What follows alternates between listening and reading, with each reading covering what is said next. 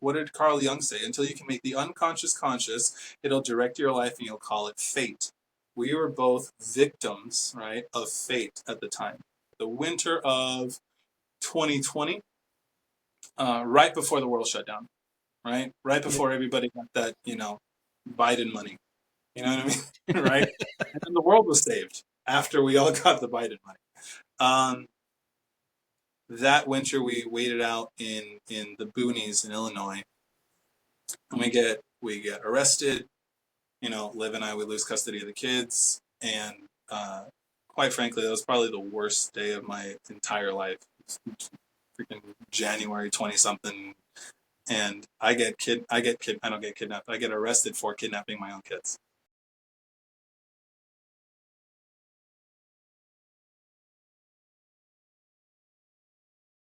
What is up, Richard? Richard, it is a pleasure to have you here. We've kind of have this like weird way that we connected back in the past, but dude, it's an honor to have you here. This conversation is way too long, like way too long waited.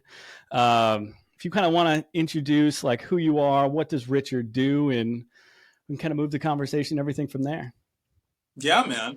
Well, let me what's the word? Reciprocate and acknowledge. The sentiment goes both ways. Like I absolutely feel this is long overdue, and very honored to be here.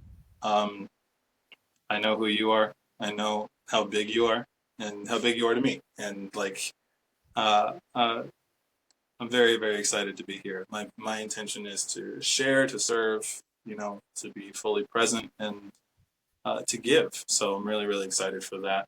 Um, to your audience, not to you. You don't get nothing. You get shit. Okay, but let me get there. But yeah, man, it's a Oh, I pleasure. love it.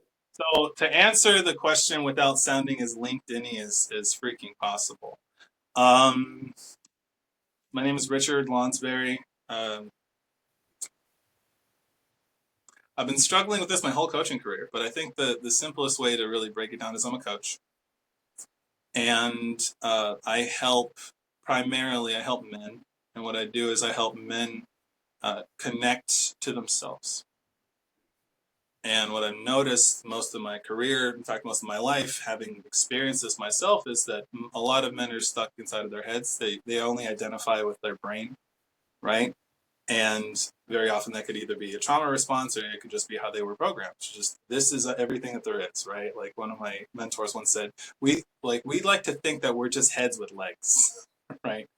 And when I say that I help men connect to themselves, I help them connect to all of themselves, and that includes um, both on a metaphorical level and on a spiritual level to your heart, right? And not just the muscle that actually pumps blood, but like what the Greeks called the heart of hearts, which is the soul. You know, Yeah. when you ask a question like "Who are you?" right, and you just think, "Oh, I'm Richard." That was a name that was given to you at birth, bro. That's not, you know what I mean? Like, think deeper. I'm a coach, but that's something you've just been doing for the last 7 years. Like that question requires deeper thought and feeling. And a lot of men are going through life, I found, not feeling life, but tolerating it, Love right? And that. one thing you and I are both very passionate about is leadership, right? Yeah.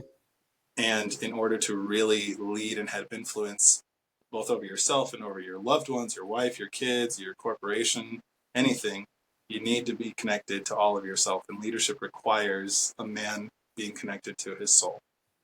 So that's what I essentially do.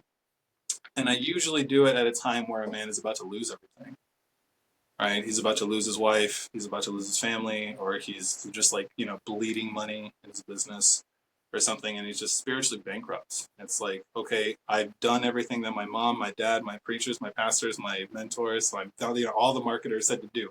I've succeeded, right? I've done the thing. And is this it? You know? And uh, they're asking questions that they don't know where to search for the answer. And so they often look outside of themselves. They look inside of cocaine. They look inside of alcohol. They look, they try to find who they really are out in the world. When in fact, what they need to do is start looking within. Yeah. And when they do that, the byproduct of that, I found, is the deepest connection you can possibly have, both with yourself and with others. Because you connect, when you connect with yourself at a soul level, and I don't want to ramble here, I want to continue the conversation, but Yeah. when a man connects to himself on a soul level, he's able to do that with other people. And you know what I mean? Like your wife is a relationship expert. Like, she knows. You know what I mean? You know that in order to really reach one's potential in life, you have to be able to connect with people at the deepest possible level. Exactly. No, even like business, anything, when it like any type of relationship, even like interpersonal relationships and everything there, like everything's kind of intertwined, and you do have to go a little deeper if you want to like really build a relationship, like a deep relationship with somebody. Because like growing up, like watching I didn't really see my parents because they split when I was like 1 years old. But like the relationship my mom had with my stepdad was like very surface level. He was very abusive. He mentally, physically abused us. He was addicted to drugs, and he sold drugs and like all of these different fucking things. And like there was no depth in their relationship. And then I brought that into my first like marriage. We were together for 9 years, and there was just no depth in that either. We were getting high all the time. We were like honestly going nowhere. So no, I 100% agree, because that's something that I've brought into this relationship that I'm in now, with my new wife. And there is just so much more just depth, intimacy, and all of that. And it didn't start until I started to really kind of ask those questions and look within for myself, and really be able to drop down into my heart, and really kind of feel those. So I'm happy you brought that up, and I'm excited to kind of continue talking about that. Yeah, But man. like we connected 5 years ago, I believe it was. Mhm.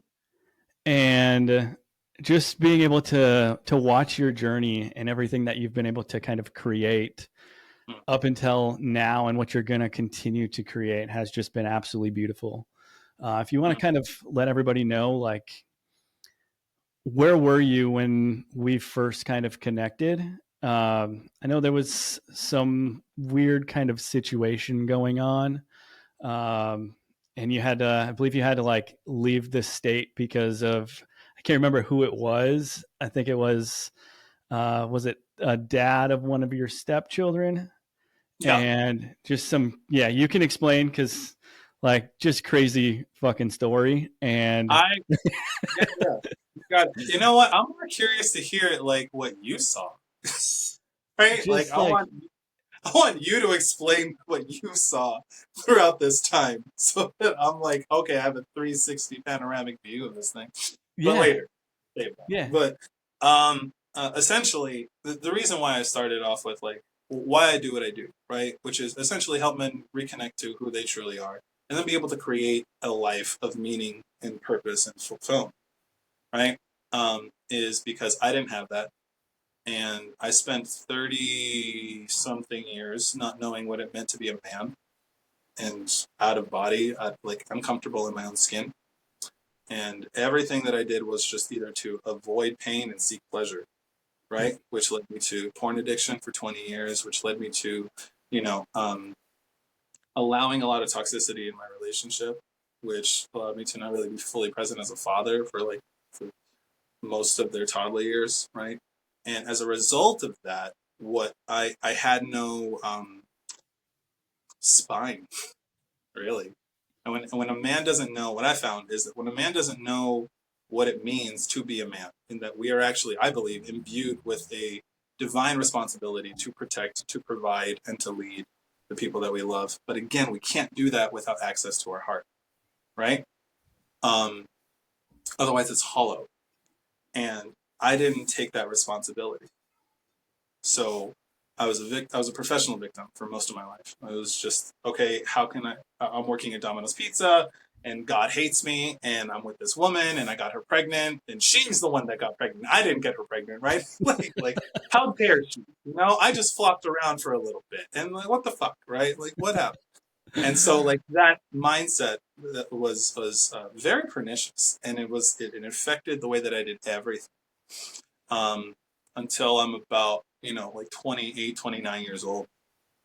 And it was like a pressure cooker, not knowing who you are, not even trying to find out. It like puts you in this like until eventually, right? And I had allowed my woman, who was a recovering heroin addict, to relapse, and she relapses on heroin, and I'm so afraid of my own shadow. I'm afraid of her. I'm so codependent. I'm terrified of being alone. We have kids. What do the neighbors think? What do my mom and dad think? Right? All of this stuff, to the point where I even indulged it. I was like, oh, okay, well, if you say it'll make you a better mom because you don't have any energy right now because you're depressed, right?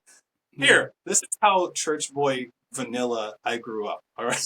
All right. Like I was in theater for most of my life, and like the most scandal was, oh, we thought that Richard was gay. You know what I mean? Like that was the level of controversy that I was used to.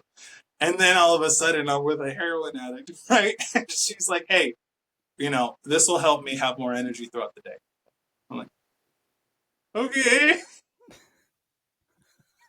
And I know, She's I like know. If you know, you camped know. out.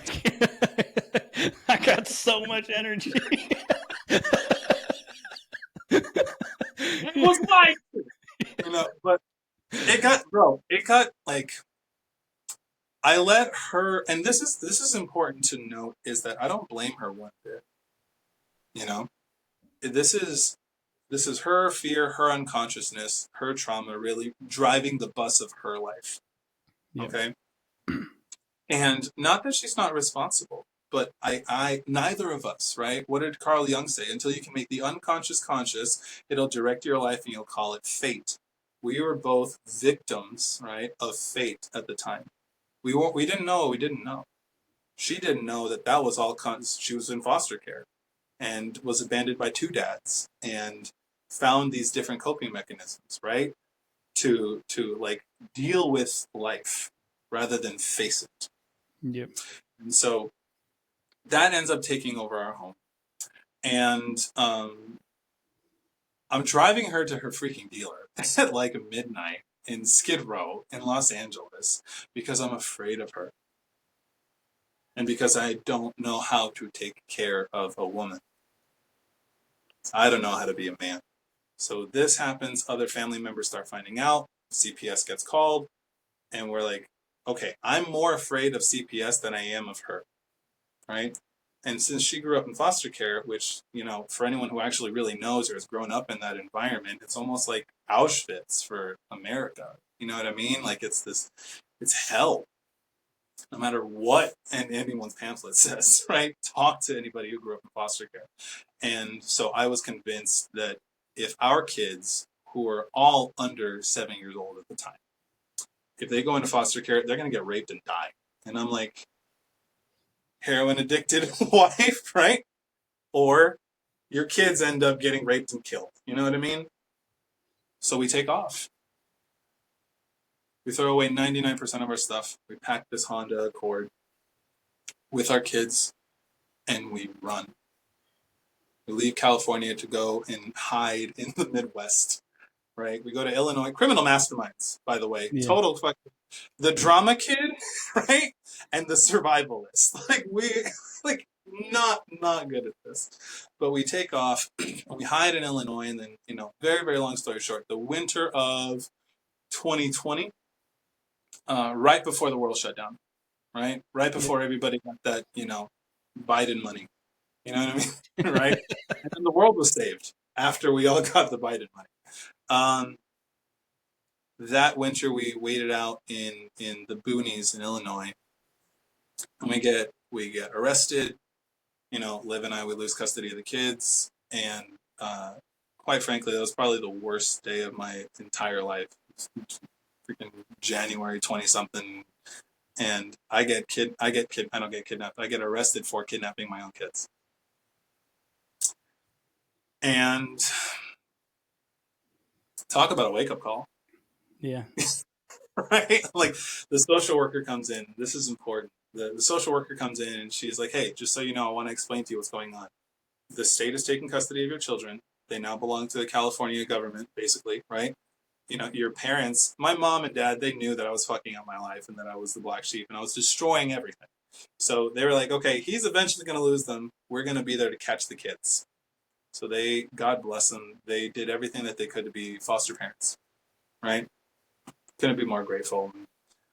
Even now, I still like have these resurgences of like guilt and shame and just, and also so much devotion and reverence to my mom. She gave up a 25-year teaching career to raise my kids because I lost them, right? And so they pick the kids. They thank God they don't go to foster care. But the social worker, she looks at me. She asks this question. She's like, "I'm looking at your file. President of drama club, right? Just grew up in Lompoc, California, this quiet town, no gang affiliations, no drug abuse, right? Your dad is a marriage and family therapist. Your mom is a preschool teacher, you know, and you know you went to acting school in Manhattan. You're a good kid, Richard. How did you get here?"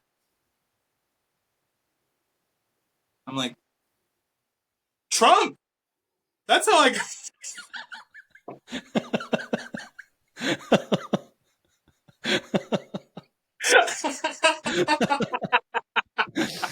Oh, Yeah.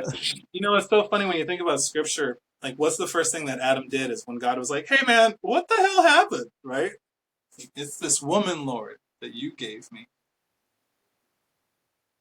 So much, the immature masculine, if you will, if I want to use those terms for the part of the audience that fucks with that kind of vernacular, right? The immature masculine will absolutely, you know, blame and project. It's never one's own fault, right? So that's what I sounded like. And I found myself talking, well, it's because, you know, Olivia's mom, right? Like, she was super toxic and she didn't have a childhood. And I wasn't hugged enough when I was a kid, right? Like, yeah. whatever. I didn't get the lead role when I was a freshman choir, whatever.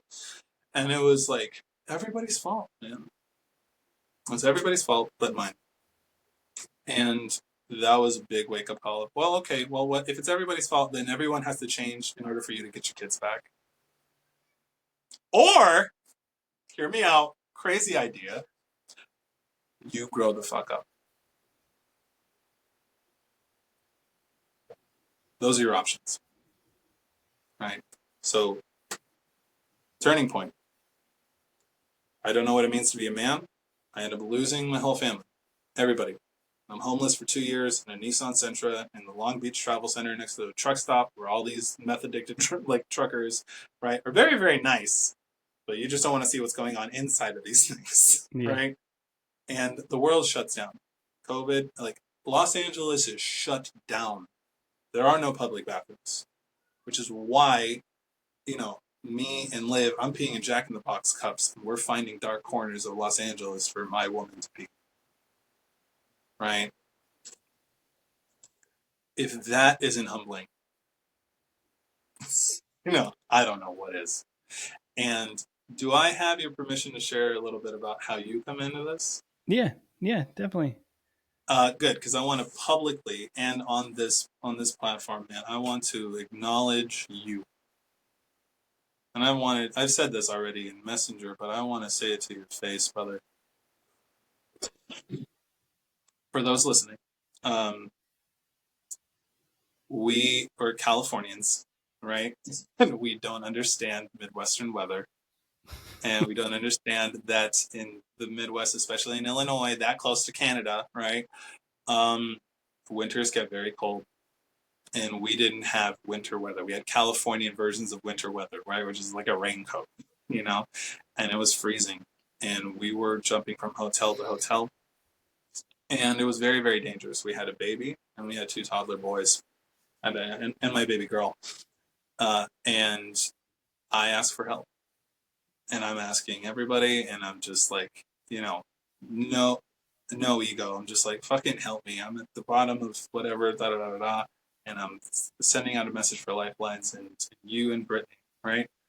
Like, you guys send some really really nice coats that we I need to start a Facebook ad agency, man. Like I'm in the wrong business. But you guys sent, clothing that, I'm not going to exaggerate when I say, definitely helped keep us alive. And I want to acknowledge and thank you. You didn't need to know any of the details. You didn't, like, you saw there's someone that I know ish, Mm-hmm. right, who needs help, and I'm going to help them. And that just tells me everything I ever needed to know about you. And I want to say thank you, bro, from the bottom of my heart. Of course, man. Like, just connecting with you the small time before that, like I could just tell that you were just such a good fucking dude. Like, such a good guy, and you were in a shitty situation and you needed help. And since then, we have, my wife and I and Brittany and I, when we were business partners, like we try to find a family or a couple families around every single Christmas, and like Hmm. really be able to kind of help them out with, whether it's with toys or jackets or anything like that. So you've kind of started a tradition, just because there's a lot of good people in a lot of shitty situations. I know Brittany has her own story about being a heroin addict and stuff like that. I have my own story of being a cocaine addict, and there was times where I was homeless for a couple months, living out of hotels and everything as well, because I was selling drugs and didn't have actual income to prove that I could pay rent. So all these people weren't renting to me. And like, I don't know, there was just something about you that was like, you know what, this dude, he's gonna do great things. And he's got such a big heart, and just something called, and I was like, you know what, Brittany, we need to do this. How do you feel about doing it? And she's like, she was all in. Yeah, please send her my regards as well. I will. From my family to you guys. I You know, appreciate that, brother. and I know for a fact that the only thing that really got me through that time in my life was others, right? So I'm so big on, like, sometimes Olivia or my mom will be like, "Why are you so social? Why do you tell everybody your business? Right? Like, why are you so nice to everybody? Not everybody deserves kindness. You know what I mean? Like they're kind of like hesitant, right? I love people. Why? I survive because of people. You know what I mean? Like, my kids are taught by teachers, right? Like, Yep. we have you guys. There's the You want to go fast, you go alone. You want to go far, you go together. Yep. That's 100%. what it's in my life, like, ever since, man. You know, and so yeah. If I'm anywhere in my life right now, which I am, you know, um, it's because I'm standing on the shoulders of giants, right? Which, So, to fast track and really kind of like tie the loop around to the happy part, I guess, right, is one of the words that's really been popping up for me is that a lot of men are uninitiated, and very much through no fault of their own, you know. But when you become aware of how uninitiated you are, and what uninitiated really means or looks like, is everything that I described. Is there's no personal accountability. You're a victim of life. You don't know how to take care of yourself or other people, right? Most of your life is devoid of purpose. It's just about trying to get to the end of the day, or we set these milestones. If I can just make 6, 7, 8, 9 figures, right? yep. Then I'll be worthy. Then I'm enough. Then I'm man enough. If I have a 6-pack, I'm man enough, right? But the smoking hot baddie with the fatty, I'm man enough. You know what I mean? Like, these external things in order to validate us on the inside. And like Michael Singer says, no one has ever become okay fixing their outside world. You know, Yep. so to the uninitiated will constantly be like consumers. It's this little boy energy of take. I would take from my woman, I'd take from my kids, and then I'd blame them for not reaching my potential of greatness, and like I would try to take from the market, as a coach, I'll try and take from the market. And then in the initiation, what I notice is a lot of like masculine men, we'll call them, initiated men who know who they are. They give. I think about you. I think about that energy of giving because it's who you are, rather than giving because eventually I'm gonna get back, right? Like it's that giving with condition. And I surrounded myself with initiated men who poured into me, who helped me grow up, who helped me man up, who helped me understand not just what leadership is, why it's important, but how to do it. Right? If I had anything I could offer your audience, is just really your environment. If you're married, surround yourself with happily married people. Right? If you're broke, surround yourself with rich people. If you're fat, surround yourself with shredded people. Hopefully, the married couples that you're hanging out with have all those things too, right? But when I did that, when I was like, okay, I don't know what the fuck I'm doing. I'm here because of me. I'm here. I'm peeing in Jack in the Box cups, and I'm letting my woman pee in a fucking forest somewhere in Los Angeles because of me. And I surround myself with guys who resourced me. And one of them, shout outs to my mentor, Sanyika, right? The Fire Starter Street, helped me go through this digital initiation with him and a bunch of other men. During that process, we actually get approved for an apartment. There is an organization called PATH, People Assisting the Homeless.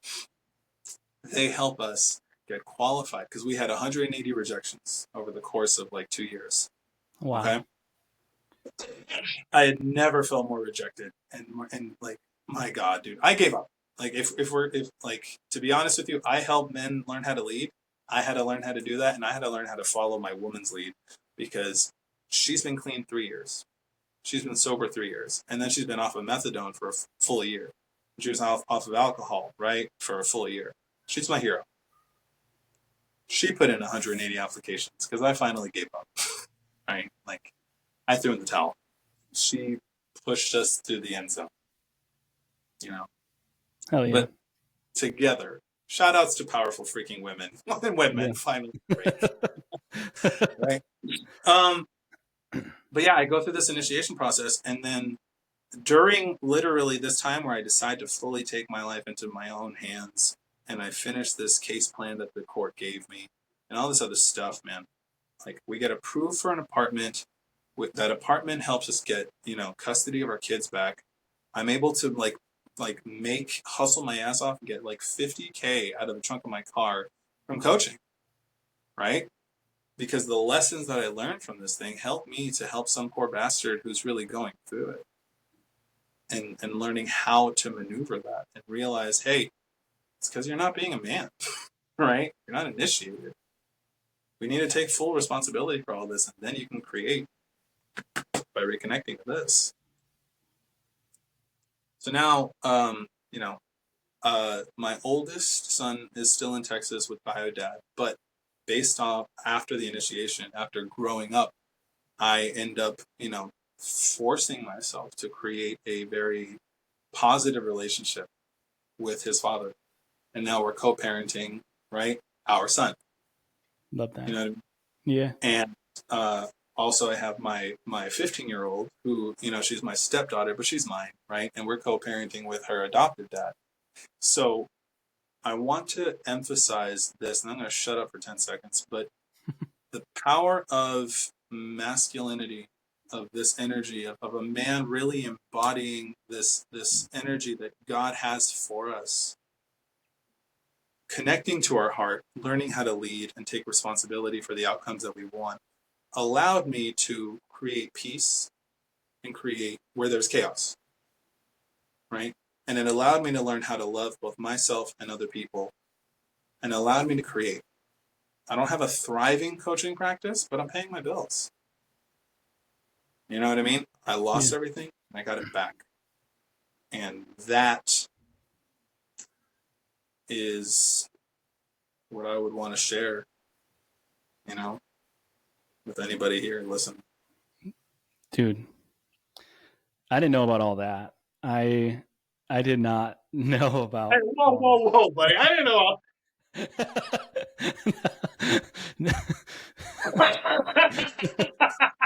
Uh, no, that's super powerful. So like my side is like what I kind of thought was happening is like something was going on with your wife and one of her like baby dads, if you want to call him that, and he was like trying to like I don't know, kill you guys or what was going on. So you guys just ran out of the state. Let's add that. Let's add it. Yeah. So we were on the run because someone was trying to kill us. And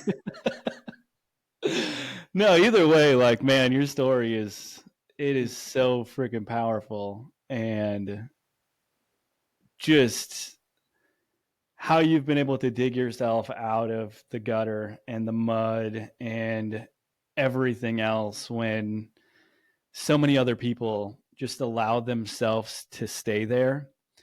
I know I, from 18 to, was it 18, 19, 20, 21, 22, 23, 24, 7 years, I allowed myself to stay a drug addict before I finally was like, you know what?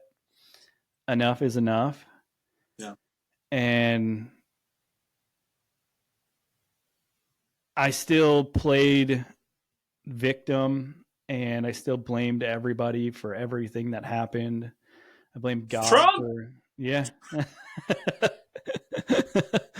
I blame God for like putting, like, Mm, I stopped my belief in God mm, throughout that time because I thought, why would he put such a young person in such a shitty situation mm, with the way that I kind of grew up in all of that. But then I realized, like, you know what? He did that because he was building one of his fucking soldiers, just like mm, he was building you, and everything that you stand for and everything that you do is because he was putting you through this training in order for you to do something bigger with your life, which is what he was doing to me as well. I wouldn't say I'm a coach because I just don't have the full patience. I like to like do like I'll be completely fucking honest, man. I am like I'm a consultant. I will tell you what to do. A coach kind of somewhat tells you what to do, but makes you kind of discover that on your own. It's okay to So be a bitch for a couple calls. That's fine. That's fine. yeah, like, like I'm not a coach. I am a doer. I am here to use my magic, which is manipulation. And I'm just kidding. It's dark psychology, manipulation, just to get people to buy That's your right. stuff. Just But for good. no. But for good, because you're buying Yeah, good. yeah, exactly. No. But yeah, I use like what I'm good at to help people like you and to help other people that are on a mission that God sent them on to use their superpowers to really make an impact in the world. And it's just amazing to see what you've gone through and how you've been able to like take that first step, because that's always the hardest, is taking that first step and actually having that realization and letting your ego drop. And it sounds like you did that perfectly. It took a little bit. It took a very hard conversation with child protective services, but with that conversation you had two options. You could keep going down the path that you were going down, or like you said, you could man the fuck up. And I'm so proud of you, brother, to like see how far you've come since then. Throughout that like journey, where do you think most people kind of fail to like take that responsibility? Like, what are some things that they could do to really start like taking that responsibility, and where do you think they fuck up the most? Mm. The word shame pops up because if I were to say I'm here because of me, right? I have to be willing to feel ungodly amounts of shame and guilt, right? Because this is what we have. I screwed up everything, and I have to be willing to face the disapproval of everyone that loves me, including myself. And most people, they are not equipped to handle that, right? At least on their own. This is where God comes in my opinion, right? Is most of us are running, or we're doing one of two things. We're either running to go and feel something, or we're running away from something we don't want to feel. Both of those things require, like, are basically telling me, okay, we're looking for feeling, or we need to know how to feel, right? We need to know how to do that. How many guys do you know have reached numbers that would blow most people's minds and they don't feel it? Or they feel it for a second and then they tank, or they're like, oh, I don't care anymore. Or then they become depressed, right? Yep. To bring it back to the body, I would say, like, so we have our central nervous system, right? Which I didn't realize could be trained. You know, like the central nervous system, the freaking command center, right, of the freaking body. You know, um, I realized that when I took responsibility and I said, okay, this is my life, this is my thing, I could start the process of training this thing and letting it feel the pain. Willingness. I saw this clip of The Chosen, right? Shout out to The Chosen, Dallas Jenkins or whatever the hell his name was. The the show, right, about Christ that's on Netflix now. Yeah. Yeah. Right. And we have the story too. The leper comes up to him and he's like, if you are willing, I can be healed. And what does Christ say? I am willing. Willingness is the catalyst for miracles in your life. I was unwilling. And one of the things that really helped me was having a safe person not judge me. Having someone be like, yeah, absolutely. Sounds like you screwed up. And you still deserve love. And God hasn't abandoned you. For me, that was another one of my mentors. I'm like 40 at this point, but like I needed it, my God. Who's counting? But right, yeah, like shout out to John Michael Clark too. We're the family captain brother. Like, good person to know. You'd love him if you don't already. But he Yeah, I invited don't me think I to. do. He invited me to really like be willing to let God help me handle my pain. Now there's processes, there's things that we can do physically, tangibly. I can write a journal entry, right? I can be like, okay, how did I get here? Okay, I got here because of this, right? How do I feel about it? Like there's journaling, there's meditation, there's retreats, there's screaming at the top of your lungs on a cliffside. I've done all of those things. It really doesn't. The modality doesn't matter so much as the willingness, right? When you make the decision, that's when all of the ideas and when the path reveals itself, right? And you said it perfectly. The first step. When I choose the first step, the rest of the path gets revealed.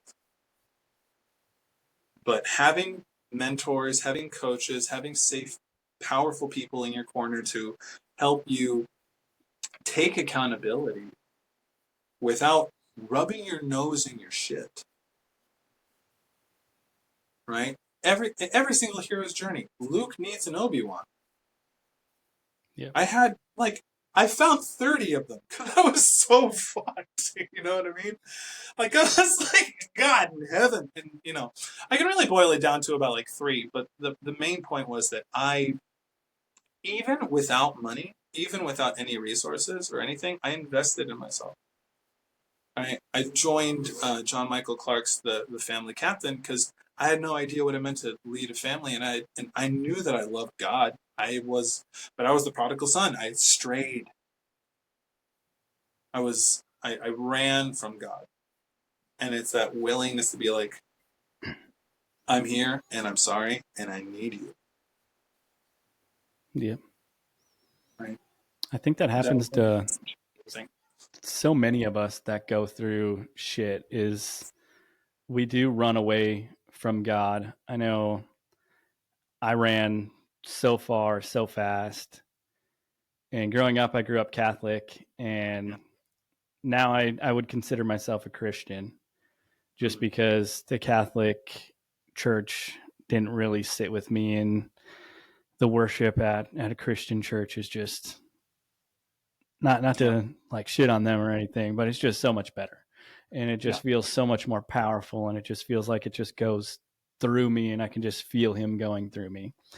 Yeah. But yeah, I think so many of us run from God, and once we allow us to let him back in is when a lot of the healing starts to come. Yeah. To that, I want to say something to that. You cut your finger, right? Do you help it heal?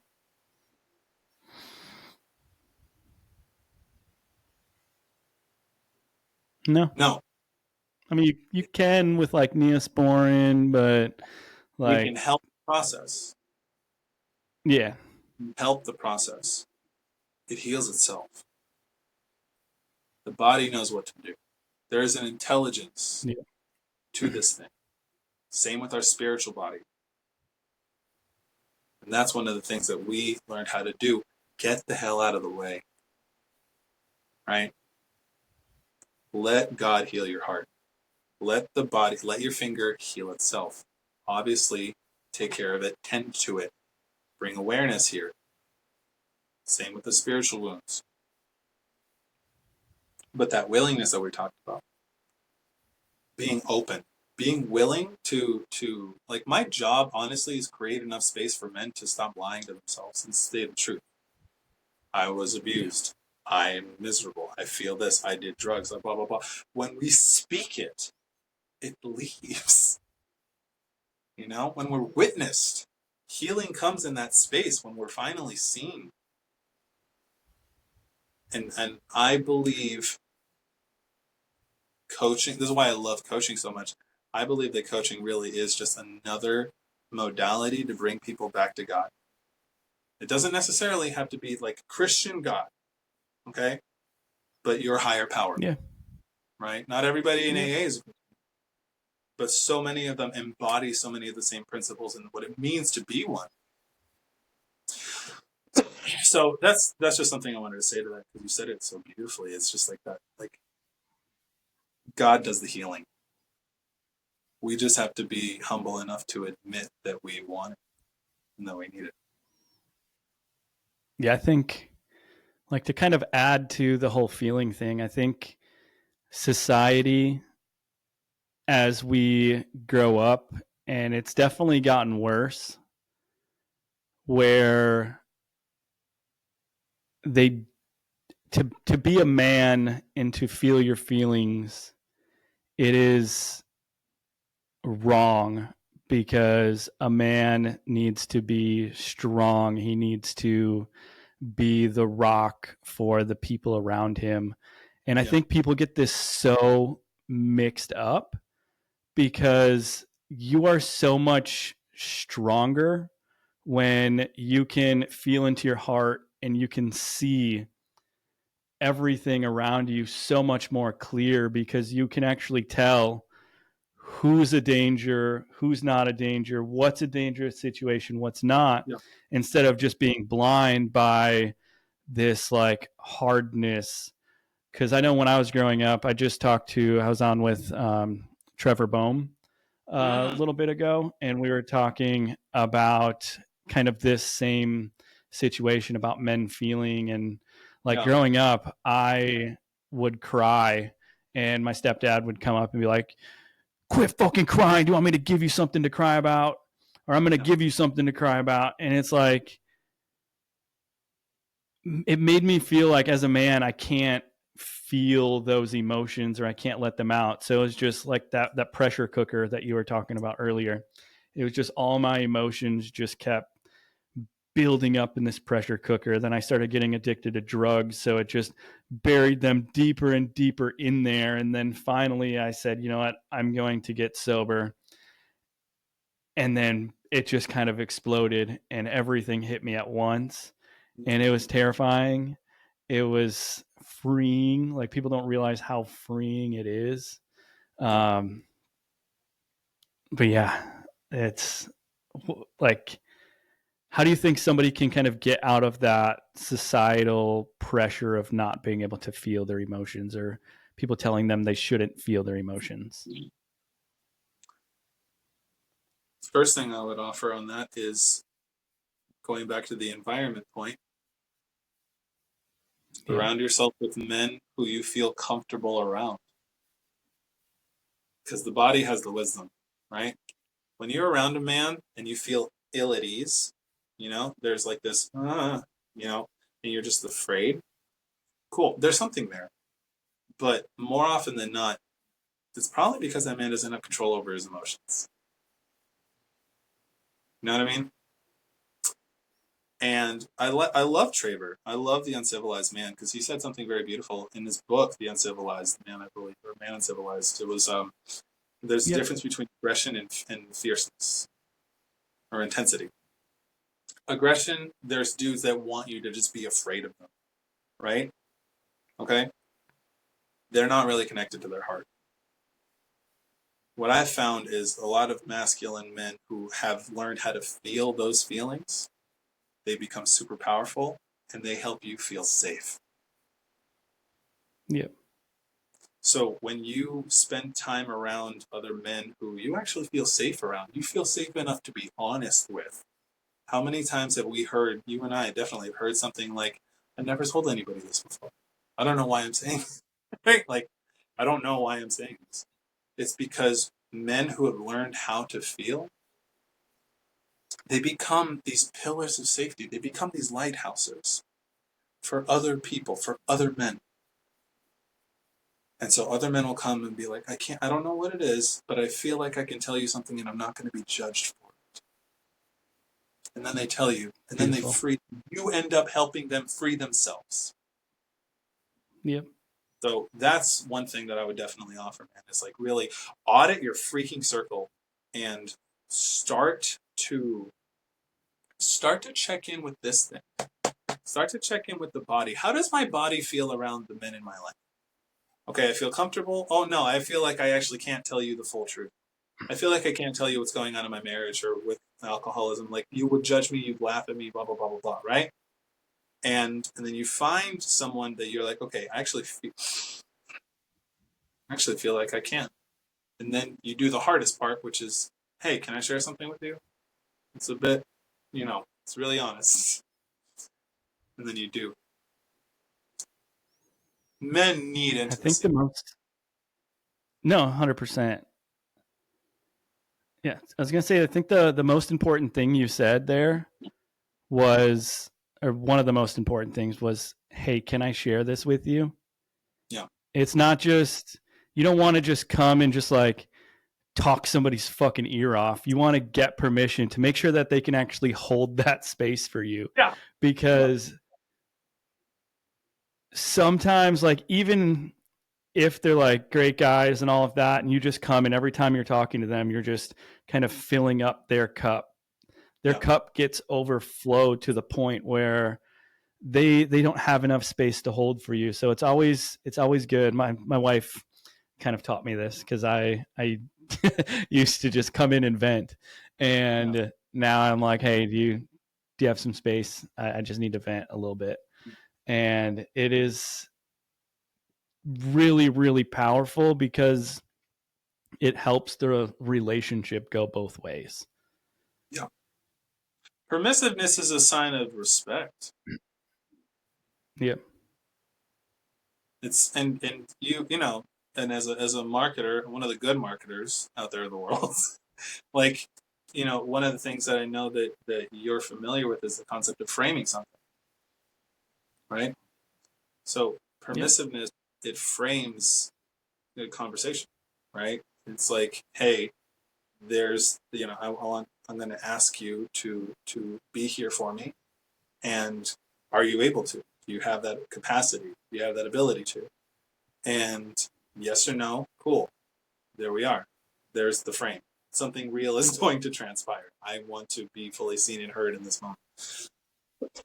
And I think even that is in any interpersonal relationship or in any relationship at all. I think permissiveness is like this beautiful skill to set somebody up to show up for you. You know, and that's one thing that I definitely had to learn. Power of language, man. Like, because how many people, and this is important for anybody who actually is going through it. It's like, okay, cool, I get it. I have a bunch of shit, and I want help with that. And then one of the things we do, unbeknownst to us, is we trauma dump very often, right? Or we share with our wives. Oh wow, I found out that I'm super fucked up because I was molested. Let me tell my wife everything. You know what I mean? Like, here you are, and then it just becomes this dump truck, and that's that.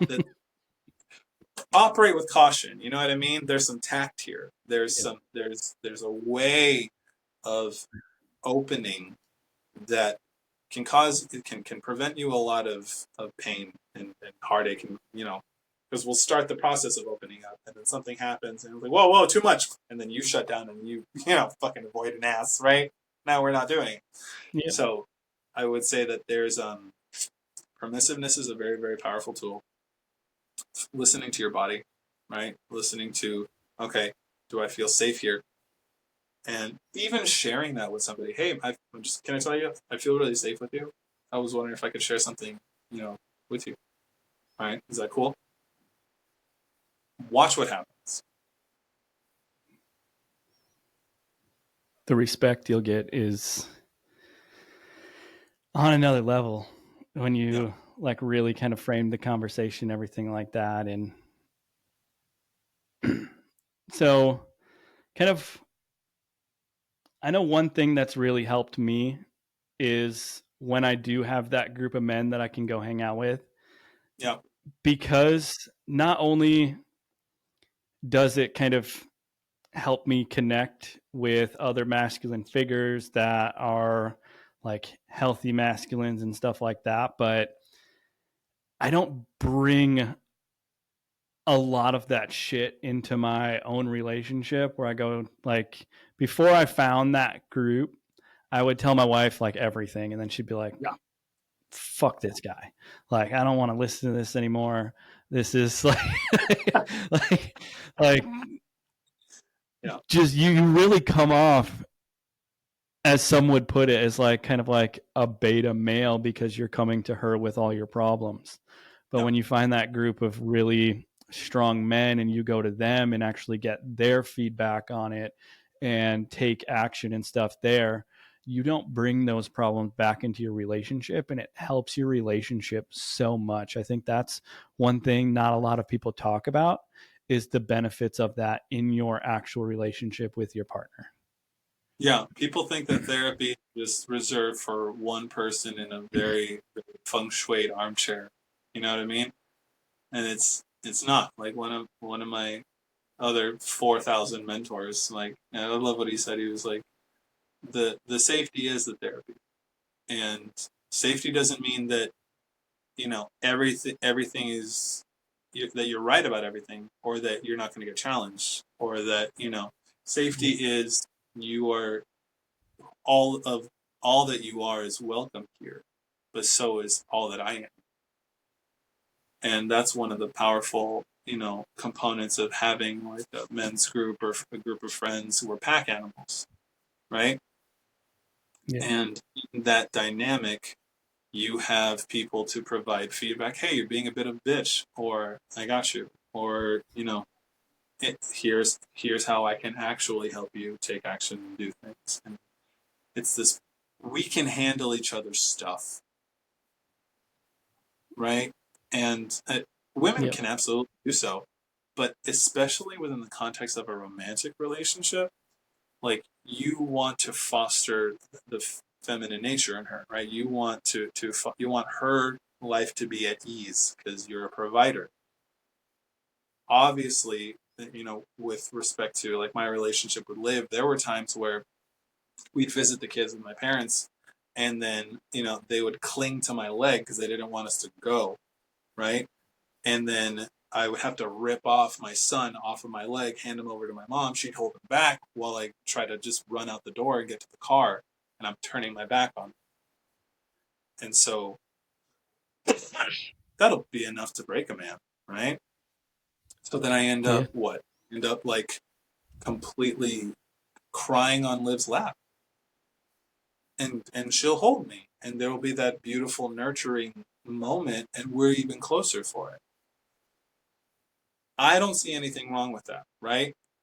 But if that's all the time, you know, if that's it, if she is your everything, then you are forcing her to go into a mothering role, right? You're forcing Yeah. her to be you're forcing her to not be your soft, squishy sex kitten. You're forcing her to be your mother. Nobody wants to fuck their mom. You know what I mean? Right? Unless you're Dahmer Unless or you're in whatever. Alabama. Yeah, right. Unless you're Norman Bates. But like that's pretty much it. Or what was his name? Yeah. Game of Thrones. It doesn't matter. Whatever.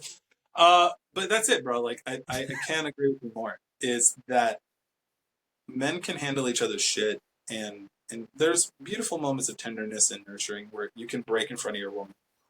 She can hold you. There's nothing wrong with that. Yeah. But the norm, the ratio should be at least like 9-1, right? Like Yeah. 9 times out of 10. Bring it to your fucking brothers. Leave her out of it. 100%. No, I completely agree. Well, brother, it has been an honor to have you on here. If you could leave the audience with one thing, what would that one piece of advice be? Oh, yeah, no man or woman or human is beyond redemption. Like Love that. the most Powerful. the most dangerous thought you can have is that you're special. You're special in your pain, that your drug addiction is special, that your porn addiction is special, right? That your mistakes are somehow, you make a value judgment. Oh, no one could possibly understand hair loss. Like me. Fuck you. Get out of here. Get out of here. So, like, there is nowhere you can go where God won't be able to find you. But it's Yeah. simply learning to look up and open. I'm human just like Love that. everybody. Beautiful, brother. Yeah. Beautiful. Where can people find you online? Yeah, online, bro, because I live in Inglewood. Some people can't hang. Okay? I'm going to tell you that right now. I'm online at facebook.com.